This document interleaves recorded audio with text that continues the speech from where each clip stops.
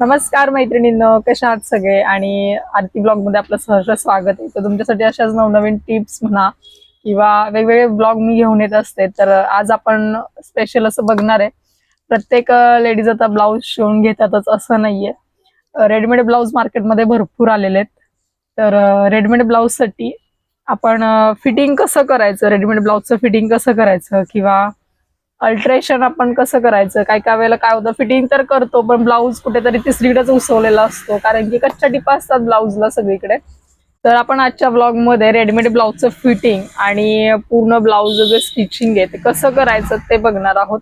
कारण की काय होतं, काय काय बऱ्याच वेळेला फिटिंग तर करून घेतो पण ब्लाऊज भाईमध्ये उसवतो किंवा हे जे मद्रास कोटर असतात तर त्याच्यामध्ये उसवतात, कारण की हे कच्च्या टिपेने शिवलेले असतात. तर काय काय वेळेला काय होतं, ब्लाऊज फिटिंग मध्ये बसला की ही हुक जे आहेत ती हुक निघून जातात. तर मग हे सगळं आपण या ब्लॉग मध्ये बघणार आहोत की फिटिंग कसं करायचं, टिपा कशा मारायच्या, आणि सगळ्यात महत्वाचं म्हणजे हे जे हुक आहेत ती हुक टाईट कशी करायची हे सगळं बघणार आहोत. तर चला आपण बघूयात की हा ब्लाऊज आहे तो अल्टर कसा करायचा, रेडीमेड ब्लाऊजचं अल्टरेशन कसं करायचं, तर आपण ह्या व्हिडिओमध्ये बघूया.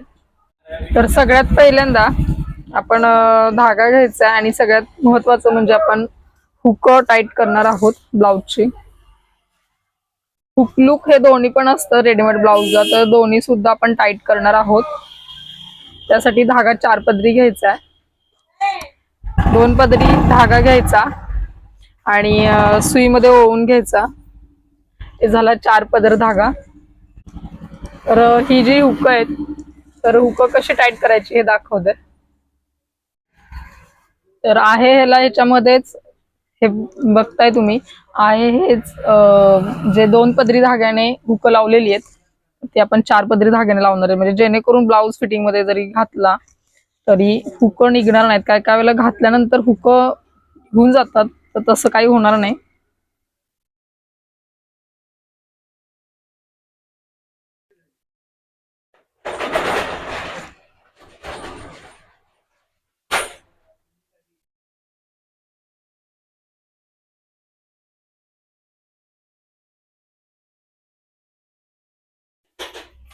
धागा कुठेही तोडायचा नाहीये. कंटिन्यू धागा जो आहे तो ह्या हुकापर्यंत त्या हुकापर्यंत घ्यायचा आहे. याच्यामुळे काय होतं, हुका एकमेकाला धागा अटॅच असल्यामुळे हुक टाईट बसतात आणि हुक लवकर निघत नाहीत किंवा तुटत नाहीत.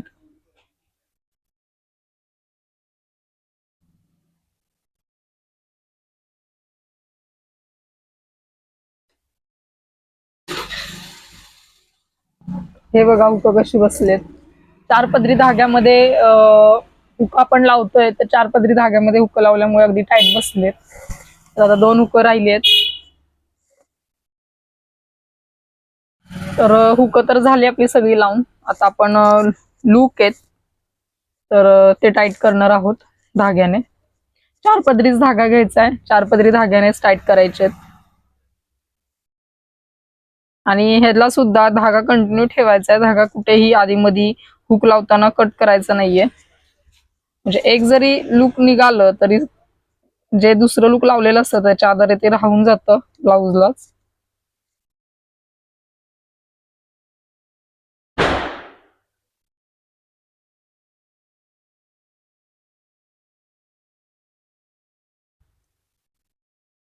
अगदी 5 मिनिटांमध्ये माझी हुक आणि लूक आहेत ते दोन्ही सुद्धा टाईट करून झालेली आहेत. स्टार्टिंगला जसं मी स्टार्ट केलंय तसं डायरेक्ट शेवटच्या हुकालाच येऊन थांबायचं.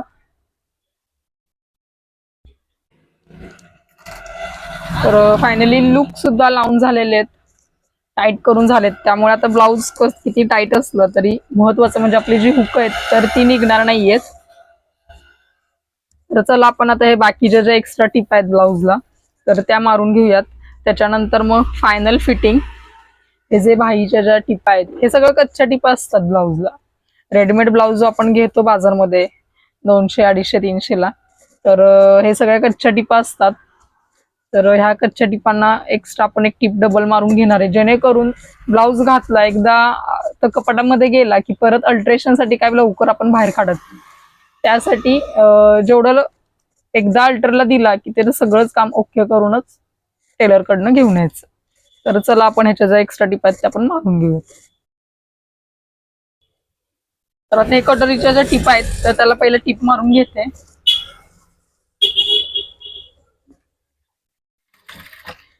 2 ते 3 अंतर ठेवायचं टिपेमधलं.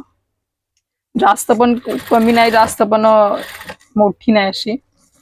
पण काय होतं परत उसवताना आपल्यालाच प्रॉब्लेम येतो. एखाद्या वेळेला लू फिटिंग झालं तर मग एखाद्या एक्स्ट्रा टिप मारायला लागली तरी चालेल, पण उसवायचं म्हटलं की आधी जीवावर आलेलं असतं आपल्या. त्यामुळे मीडियमच टिप ठेवायची जेणेकरून पटकन उसवता वगैरे येतं.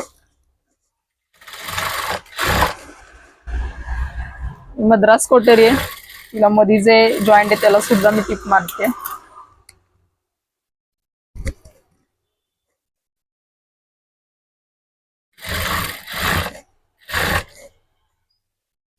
शिलाईमध्ये बारकावे महत्वाचे आहेत, कारण की कसं आहे एखाद्या वेळेस चुकून जर एखादी टीप वगैरे आपली किंवा मारायची, गाऊन असू दे किंवा ड्रेस अल्टरेशन असू दे किंवा एखाद्या वेळेस घागरा असू दे, जिथल्या तिथं कामं केली की डबल डबल आपल्याला ते शिलाईसाठी घ्यायला लागत नाही. हा एखाद्या वेळेस आपली तब्येत वगैरे वाढली किंवा कमी झाली, लूज झालं, फिटिंग झालं तर मग पर्याय नसतो लूज फिटिंग करण्याशिवाय. पण एकदा कसं एकदा उसवलं की ते उसवत उसवत उसवत मग ते परत नंतर घालायची इच्छा होत नाही. त्यामुळे एकदा शिलायला घेतलं, एकदा अल्ट्रेशनला घेतलं की ते पूर्णच काम करून रिकामं व्हायचं. तर ह्याची बघताय शोल्डरला सुद्धा कच्ची टीप आहे. तर शोल्डरची सुद्धा जी टीप आहे ती सुद्धा मारून घेते.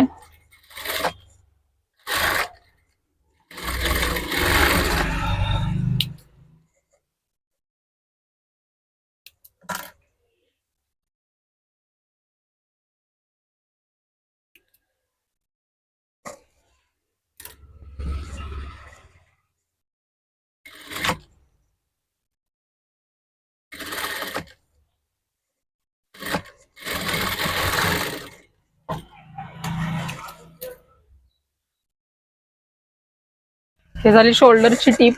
आता बाहीची टीप.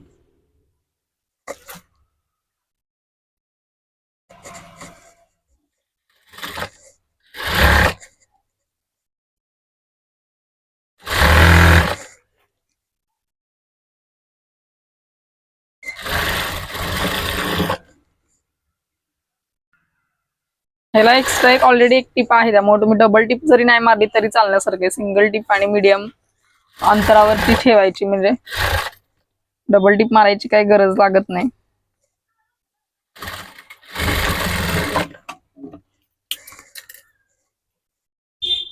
ही दुसरी बाही झालं. आपला ब्लाउज तर सगळ्या चारी बाजूने टिपा मारून झालेला आहे. आता राहिलं फिटिंग. तर अंगावरती माप घेऊन फिटिंग कसं करायचं ते दाखवणार आहे.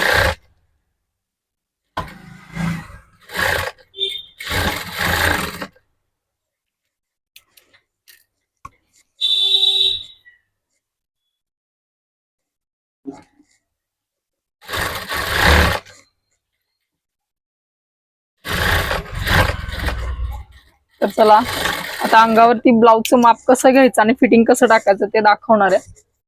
तर ब्लाऊजचं अंगावरचं माप घेणार आहे. जी तयार बाही आहे तर ते बाहीचं माप घ्यायचंय. 8.5 इंच आहे तयार बाही. तर बाहीचं माप सुद्धा त्या पद्धतीनेच घ्यायचंय. शोल्डर पासून 8.5 इंच, शोल्डर पासून 8.5 इंच बाही एवढी बसणार आहे. तर दंड घेर नॉर्मल आपल्याला फिटिंग वगैरे करता येईल या हिशोबाने, म्हणजे हात फोल्ड वगैरे करता येईल या हिशोबाने फिटिंग करायचं आहे. हात आपला फोल्ड करून बघायचा आहे. हात जो आहे तो फोल्ड करून बघायचा आहे, जेणेकरून आपल्याला जास्त दाटलं वगैरे नाही गेलं पाहिजे. नाही तर काय काय वेळेला काय होतं अगदी फिटिंग करून बसतो आणि हात हलवायलाच येत नाही. छातीचं माप, छातीचं माप जसं की ड्रेसला आपण थोडं 1 इंच लूज ठेवतो तर ब्लाऊजला फिटिंग मध्येच ठेवायचं. 33 इंच. जास्त पण असं नॉर्मल नाही. आणि श्वास घ्यायचा आणि सोडायचा आहे. असं नॉर्मल घ्यायचं आहे आणि श्वास घ्यायचा आणि सोडायचा. त्यानं काय होतंय अंग कसं काय काय वेळेला कस्टमर चेस्टचं माप घेताना अंग असं एकदम श्वास रोखून ठेवतात, तर तसं न करता नॉर्मल श्वास घ्यायचा आहे आणि श्वास सोडायचा, म्हणजे जे काय मेन माप आहे ते आपल्याला मिळून जातं. कमरेचं फिटिंग अगदी एक बोट, एक दोन बोट, एक बोट तरी लूज होईल एवढं तरी ठेवायचं, म्हणजे श्वास घ्यायला पण त्रास होत नाही आणि एकदम आटल्यागत होत नाही. फिटिंग कमरेमध्ये फिटिंग जास्त असलं की मग असं एकदम राहतं, तर तसं न करता नॉर्मल फिटिंग ठेवायचं 28 इंच. तर चला ब्लाऊजचं आपण फिटिंग बघूयात कसं करते ते. तर चला ब्लाऊजचं फिटिंग टाकते. दंड घेर मगाशी आपण बघितलेलं 9 होता, 9च्या निम्म 4.5 इंच, 4.5 इंच. तसंच ह्या बाजूला पण 9च्या निम्म 4.5 इंच दंडघेराच्या निम्मे माप टाकायचं. आणि छातीचं माप मगाशी 34 इंच होतं, 33 ते 34 इंचाच्या दरम्यान. मग 8 चोक 32, 33 आणि 34 म्हणजे 8.5 इंचावरती. आणि नॉर्मल ताण द्यायचा. इथे जर शोल्डर, इथे जे काखीतलं जे अंतर आहे मुंड्यातलं, तर ते एकदम असं ताण देऊन नाही, ओढून नाही माप टाकायचं, तर नॉर्मल आपण ताण देतो तसं माप टाकायचंय. आणि सगळ्यात महत्वाचं, फिटिंगची पण सगळ्यात सोपी पद्धत मी अजून दाखवणार आहे. ज्यावेळी आपण ब्लाऊज शिवतो तयार, आपण हे रेडीमेड ब्लाऊज आहे, पण जेव्हा आपण ब्लाऊज शिवतो घरामध्ये आपले स्वतःचे ब्लाऊज, तर अगदी सोपी पद्धतीने कसं फिटिंग करतात ते सुद्धा तुम्हाला मी एक व्हिडिओ त्यासाठी मी बनवेनच. आणि ही जी हुकाची पट्टी, ही लूपची पट्टी आहे, तर ही लूप पट्टी सोडून, ही लूप पट्टी सोडून आपण हे माप टाकायचंय 8.5 इंच. नॉर्मल ताण द्यायचा आहे, जास्त पण असं ताण देऊन फिटिंगचं जे माप आहे ते टाकायचं नाहीये. आणि ही जी हुकाची पट्टी आहे, हे जे हुकाची पट्टी आहे, तर हुकाची पट्टी त्याच्यामध्ये धरायची मेजरमेंट मध्ये आणि माप टाकायचं. आता कमरेचं माप, कमरेचं माप किती आहे? 28 इंच. तरी तसंच सेम हुकची पट्टी धरायची, चौथा भाग 28चा चौथा भाग 7 चोक 28, 7 चोक 28. आणि ह्या साईडला पण सेम तसंच, ही लूपची पट्टी आहे ती सोडायची आणि ही हुकाची पट्टी ह्या साईडला ती फिटिंग मध्ये आपण त्याच्या सहित मेजरमेंट टाकायचं. आणि लूप जे आपण हुक अडकवतो ती पट्टी आपल्याला सोडायची आणि ते सोडून मगच माप टाकायचं, म्हणजे 7 चोक 28. अगदी सोप्या पद्धतीने. तर चला आता हे जे आपण मार्किंग केलंय, हे जे मार्किंग केलेलं आहे बाहीमध्ये, मुंड्यामध्ये आणि कमरेमध्ये, तर त्याची जे हे जे लाईन, हे करून लाईन मारून घ्यायचे चॉकने आणि त्याच्यावरती टिप मारायचे. आणि हे ब्लाऊज मी घालून सुद्धा दाखवणार आहे की ब्लाऊज फिटिंग केल्यानंतर बसतंय कसं रेडीमेड ब्लाऊज, तर ते सुद्धा दाखवणार आहे. त्यामुळे व्हिडिओ शेवटपर्यंत बघायचा आहे.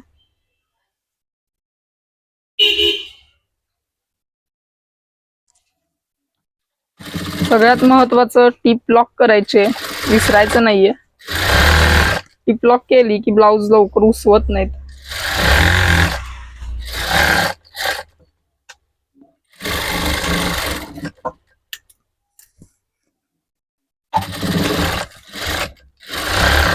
आतमध्ये 2 टिपा 3 टिपा टाकू शकता.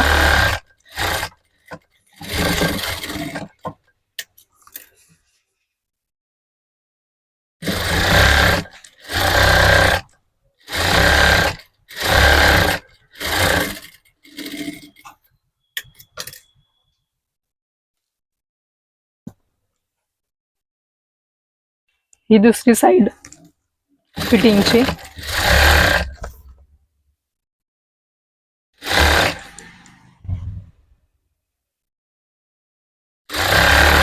जे मार्किंग केले चॉकचं त्याच्यावरून टिप मारायची.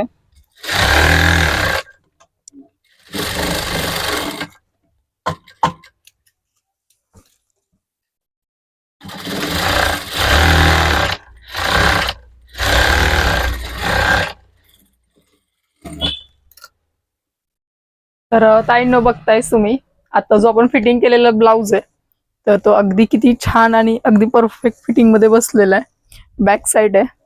आणि सगळ्यात महत्वाचं म्हणजे तुम्हाला जे मी सांगितलं ते अगदी सरळ आणि सोप्या साध्या भाषेमध्ये सोप्या पद्धतीने अगदी तुम्हाला ब्लाऊज फिटिंग कसं करायचं ते सांगितलंय. आणि ब्लाऊज मध्ये बघताय एक बोट जाईल एवढं अंतर आहे, त्यामुळं लय ब्लाऊज मला असं फिटिंग वगैरे नाही होत, नॉर्मल फिटिंग झालेलं आहे. आणि हे रेडीमेड ब्लाऊज जे आपण बाजारामध्ये घेतो तर त्याचं जे फिटिंग आहे पूर्ण शिलाई वगैरे पूर्ण एकदम ॲक्युरेट फिटिंग वगैरे झालेलं आहे. चुनी वगैरे अजिबात कुठे पडत नाहीये. रेडीमेड आहे त्यामुळे थोडंसं नकं तिकडे तिकडे होतं पण काय प्रॉब्लेम नाहीये. बस अगदी साडी वेअर केली तर अगदी छान बसतात. तर कसं वाटलं आजचा ब्लॉग, आणि सगळ्यात महत्वाचं म्हणजे चॅनलला सबस्क्राईब केलं नसेल तर सबस्क्राईब करून घ्या आणि बेल आयकॉनचं बटन दाबायला विसरू नका, जेणेकरून नवनवीन व्हिडिओ किंवा नवनवीन जे काही टिप्स आहेत शिलाईच्या बाबतीत असू दे किंवा मी जे डेली ब्लॉग वगैरे टाकत असते, अपलोड करत असते, तर ते तुम्हाला बघायला मिळतील आणि ते नक्कीच त्याचा फायदा होईल तुम्हाला. तर कसं वाटलं आजचा ब्लॉग, आणि थँक्यू व्हिडिओ शेवटपर्यंत बघितल्याबद्दल. धन्यवाद.